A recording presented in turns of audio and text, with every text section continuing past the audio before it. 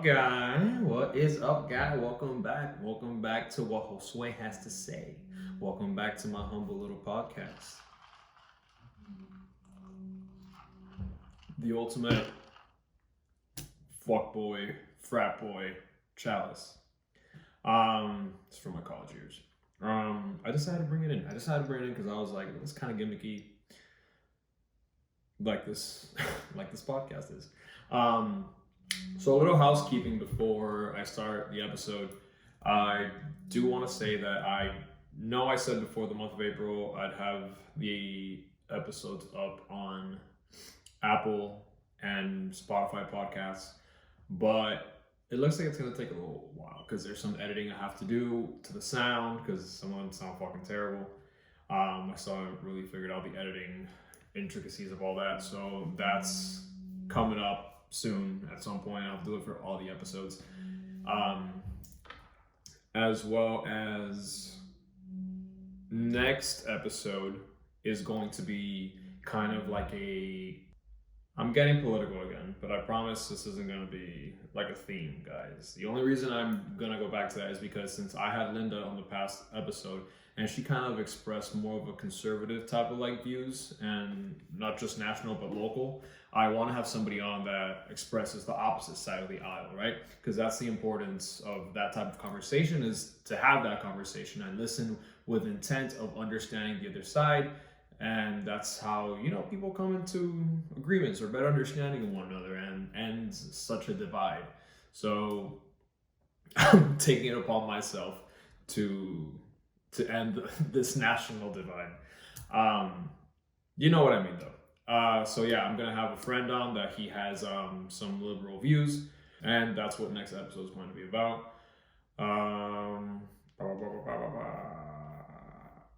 And I am also working on Types of Men You've Probably Dated in Miami, part 1 and 2. So that should be out sometime next week. So on to the episode. So I want to try something a little new this time around. I wanted to kind of incorporate the "What is that guy?" segment into an episode of its own, because we live in fucking Miami and there are so many fucking "What is that guy?" moments that why not try it out? Why not try out something new? I still have no idea what the fuck I'm doing with these episodes, so balls in my court. I can do whatever the fuck I want. So yeah, for this segment, I'm just gonna stretch it out to the full episode and touch on recent local events and add the word "guy" behind everything, and you guys will think it's funny for some reason. So that's who I am. Okay, so jumping right into it, I want to address really quickly my first "What is that guy?" moment is in relation to the video I posted recently that Lifestyle Miami picked up. Like I said in my story, if you guys watched the other day, what the hell? So many people jumped into my DMs upset because I called out Russians and Colombians as stereotypical gold diggers. Listen, we all have fucking stereotypes, guys. Cubans, Americans, everybody. I fall into many fucking stereotypes myself. There is no reason to fucking get butthurt. It's comedy. It's lighthearted. It's a joke. You don't have to get offended over it. It's this culture of getting offended over everything is ruining everything. It's not that serious. Moreover, I want to know what the hell a grown-ass woman or man is doing in a grown-ass man, a random grown-ass man's DM, upset in the middle of the day because of something he said. What is that, guy? What are you doing with your life? Don't you have problems? Don't you have kids? Don't you have investments to take care of? Go fucking get your heart broken. Go live. Live and let live, guy. Por el amor de Dios. This sensitive culture, I'm not here saying that you should be dicks to people and all this shit and disrespectful by any means. But keep it light. Keep it lighthearted. Have a laugh. Have a laugh so you don't die of a stroke by age 40, okay? And on top of that, it was never meant with any ill intent. It really fucking wasn't. If you know me personally, you know that's not who I am as a guy. It's not my heart. And again, if you know me personally, you know I fucking love Colombians. I love Colombian women. I would shove myself inside un pan de bono if I could. So saying any otherwise is just ridiculous. And Russians, I fucking love Russians. I was going to a fucking Russian bar for 9 years in my life. Mostly because I could drink underage at the time, but that's besides the point. That's a different story. Point of the moral is that relax, guys. It's not that serious, and I hope when I release the next set of videos, people aren't as outraged. And if you are, fuck you. You know what? Get off my page.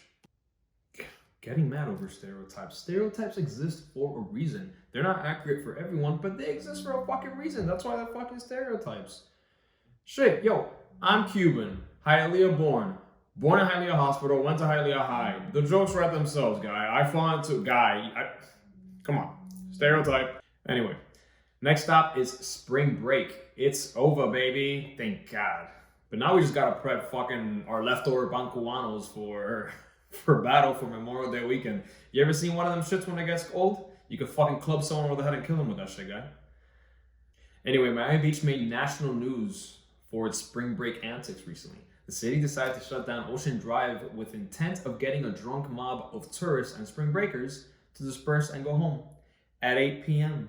What is that, guy?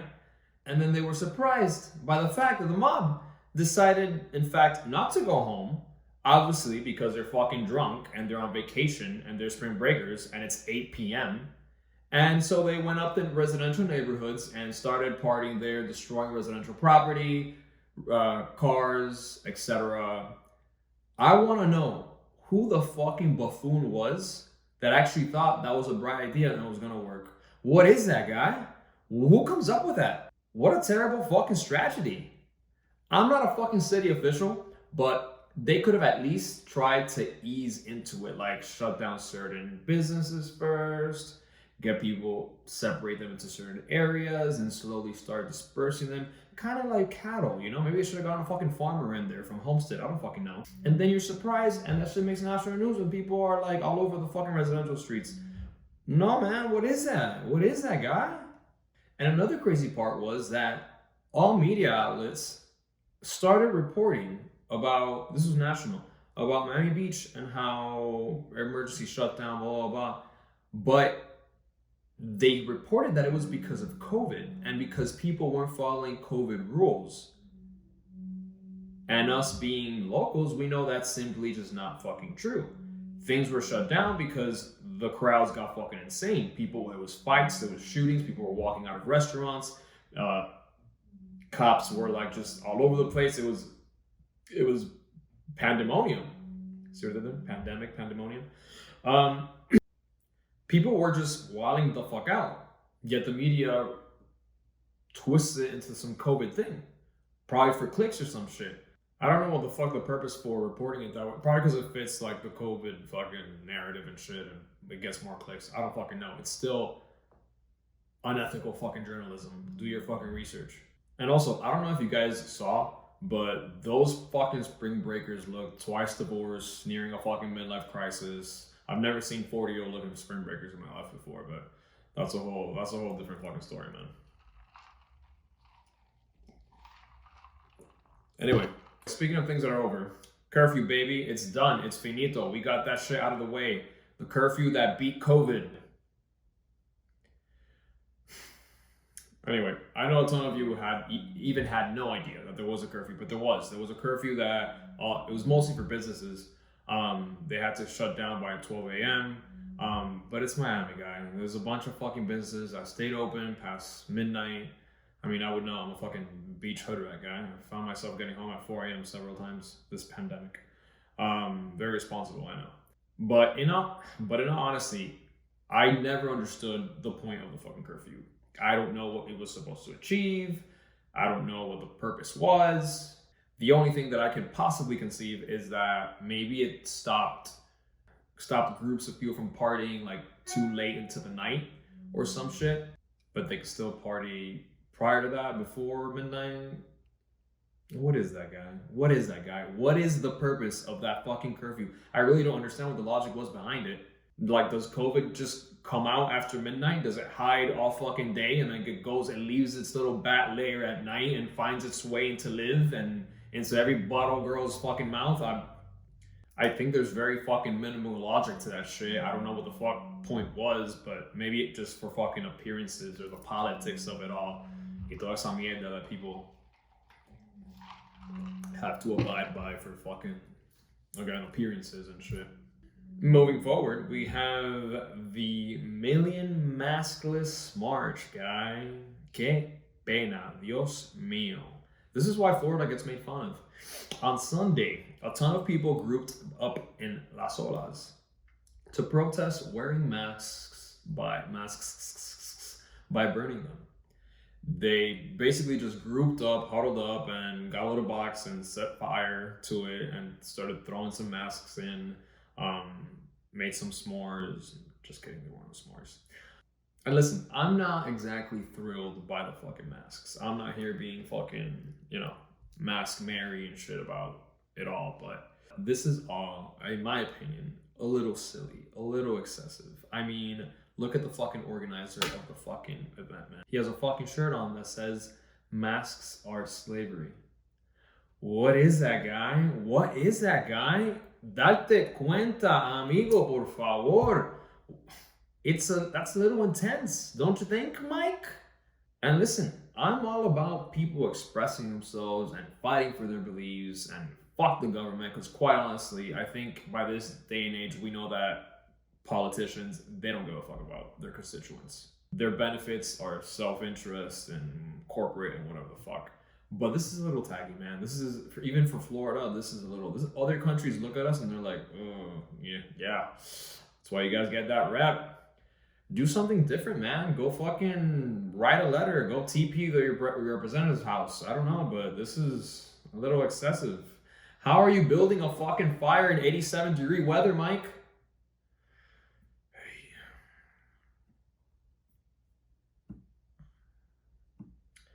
I was debating talking about the vaccines, specifically the Johnson & Johnson one, because there's been, the FDA and CDC took it back. And I don't want to get, again, political, because now even vaccines have turned political and this whole shit. But I did post the other day a poll on my story in which 91% of you were not anti-vax specifically, but anti-this vax, like the COVID vax, saying that it was all scam and whatever the fuck. And frankly, I don't want to really express my opinion on these things, but I'm not too hot about it either.